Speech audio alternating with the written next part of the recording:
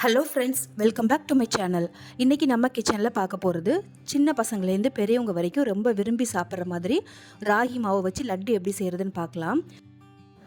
இந்த ராகி மாவில் அதிக அளவில் இரும்பு சத்து இருக்கிறதுனால சின்ன பசங்களுக்கு கண்டிப்பாக அடிக்கடி செஞ்சு கொடுங்க. இந்த லட்டு நம்ம செஞ்சு வச்சுட்டு சின்ன பசங்களுக்கும் சரி பெரியவங்களுக்கும் சரி தினமும் ஒரு லட்டு சாப்பிட்டாலே போதும், உடம்புக்கு ரொம்ப ஆரோக்கியமானதாக இருக்கும். வீடியோக்குள்ளே போகிறதுக்கு முன்னாடி என்னோட சேனலை சப்ஸ்கிரைப் பண்ணாதவங்க மறக்காமல் சப்ஸ்கிரைப் பண்ணிக்கோங்க. வாங்க இப்போ இந்த லட்டு எப்படி செய்யறதுன்னு பார்க்கலாம். அதுக்கு நான் இன்றைக்கி 1 கப் அளவுக்கு ஃபஸ்ட்டு வேர்க்கடலை சேர்த்துருக்கேன். நான் இன்றைக்கி 125 கிராம் அளவுள்ள கப் எடுத்திருக்கேன். நீங்கள் உங்கள் வீட்டில் கப்பு டம்ளர் எது இருந்தாலும் சரி, எந்த அளவில் எடுக்கிறீங்களோ அதுலேயே எல்லாமே அளந்து எடுத்துக்கோங்க. இப்போ இந்த வேர்க்கடலை நான் பச்சை வேர்க்கடலை தான் சேர்த்துருக்கேன். இதை நல்லா வறுபட்டு தோல் உரிகிற அளவுக்கு நம்ம வறுத்து எடுத்துக்கணும்.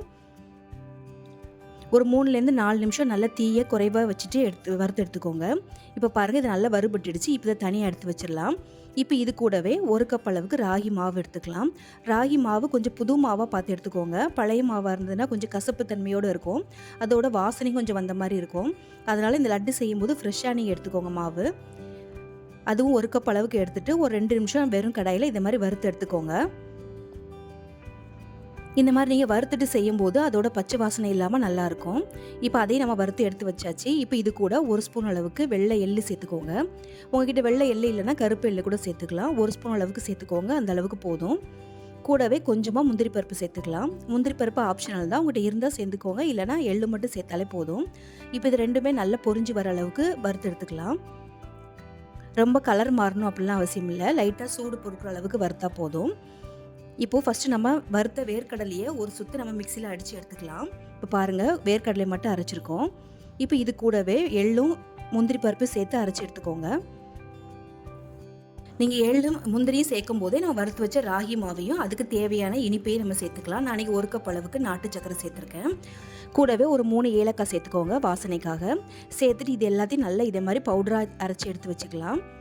இது இப்போ நல்லா கட்டிகள் இல்லாமல் நல்லா இந்த மாதிரி உதிர்த்து விட்டுட்டு இப்போ இதை நம்ம நல்லா மிக்ஸ் பண்ணி எடுக்கிற அளவுக்கு நம்ம நெய் சூடு பண்ணி இதில் சேர்த்துக்கலாம். இதுக்கு நெய் ரொம்பலாம் தேவைப்படாது, ஒரு 3 ஸ்பூன் அளவுக்கு தான் தேவைப்படும். ஃபஸ்ட்டு கொஞ்சமாக ஊற்றிட்டு நல்லா மிக்ஸ் பண்ணி விட்டுக்கோங்க.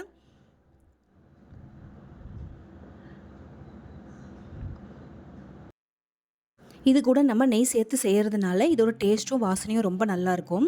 ஃபஸ்ட்டு ஒரு 2 ஸ்பூன் அளவுக்கு ஊற்றிட்டு இந்த மாதிரி மிக்ஸ் பண்ணி பார்த்துக்கோங்க. அதுக்கப்புறம் தேவைப்பட்டால் ஊற்றிக்கலாம். எனக்கு இன்னும் கொஞ்சம் தேவைப்பட்டது, மீதி இருக்க நெய்யை நான் அதில் சேர்த்துக்கிறேன். சேர்த்துட்டு இப்போ இதை நல்லா கையை வச்சு நல்லா மிக்ஸ் பண்ணி விடுங்க. நல்லா அழுத்தம் கொடுத்து பிசையும் போது தான் நமக்கு நெய் கரெக்டான அளவு இருக்குதா இல்லையான்னு தெரியும். இப்போ பாருங்கள், நல்லா மிக்ஸ் பண்ணி எடுத்தாச்சு. அவ்வளோதான், நமக்கு 3 ஸ்பூன் அளவுக்கு தான் அதுக்கு நெய் தேவைப்பட்டிருக்கு. இப்போ இதை நம்ம என்ன சைஸில் வேணுமோ அந்தளவுக்கு நம்ம உருண்டை பிடிச்சி எடுத்துக்கலாம். இது ரொம்ப சிம்பிளான ஒரு ரெசிபி தாங்க, அதே சமயத்தில் உடம்புக்கும் ரொம்ப நல்லது. ராகி சேர்க்காதவங்க கூட சின்ன பசங்க கூட ரொம்ப விரும்பி கேட்டு வாங்கி சாப்பிடுவாங்க. இதை அடிக்கடி நீங்கள் செஞ்சு வச்சுக்கோங்க, ரொம்ப நாளைக்கு இது கெட்டு போகாது.